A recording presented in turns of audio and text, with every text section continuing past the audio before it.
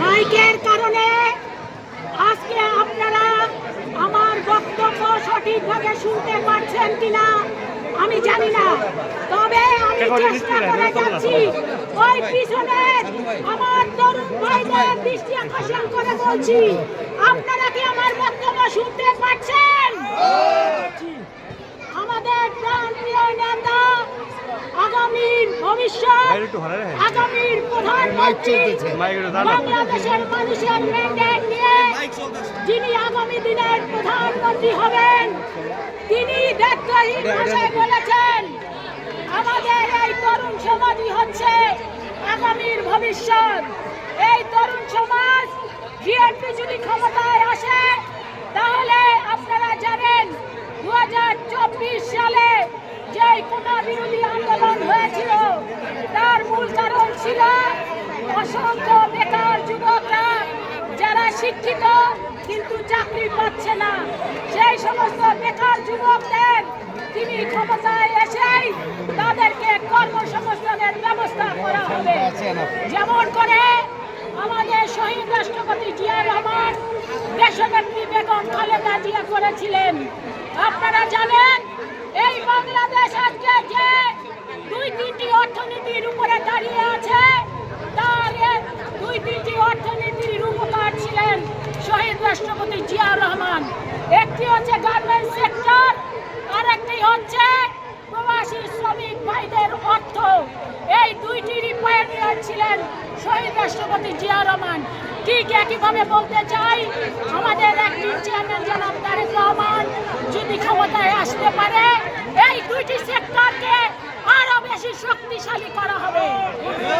আমরা বলতে চাই আজকে ইসুপুরের ভাই বোনদেরকে আগামী ফেব্রুয়ারিতে যে নির্বাচনটি হবে সেই নির্বাচনকে বানচাল করবার জন্য নানা রকমের ষড়যন্ত্র চক্রান্ত চলছে। সেই সমস্ত ষড়যন্ত্র চক্রান্তকে আমরা রুখে দিতে চাই।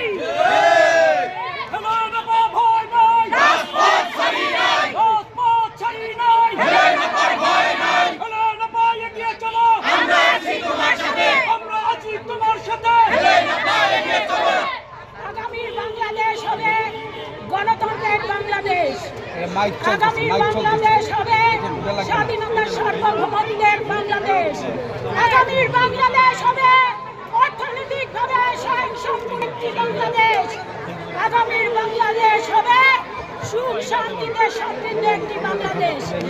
আমরা বলতে চাই আজকের এই শিক্ষা প্রতিষ্ঠানে দাঁড়িয়ে শুধুমাত্র এই ইসুপুর স্কুলই নয়, আমরা এরকম আরো অসংখ্য স্কুল, কলেজ, মসজিদ, মাদ্রাসা এবং বিশ্ববিদ্যালয়, কারিগরি প্রতিষ্ঠান পর্যন্ত আমরা করতে চাই এই মাদারীপুরে। কারণ কথায় আছে না, শিক্ষাই হচ্ছে জাতির মেরুদণ্ড।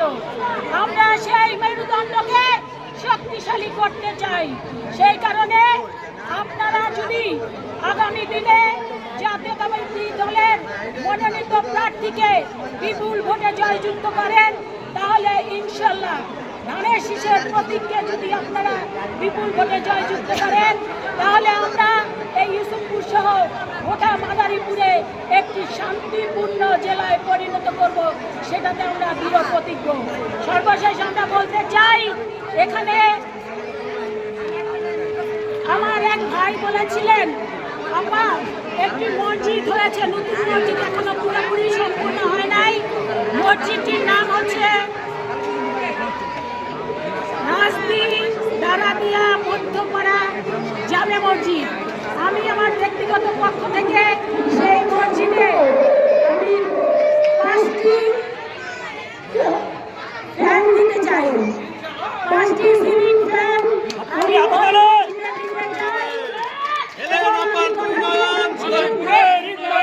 ইসুপুরবাসীর উন্নয়ন, চায় কি জনগণের শান্তি, ইসুপুরবাসীর শান্তি।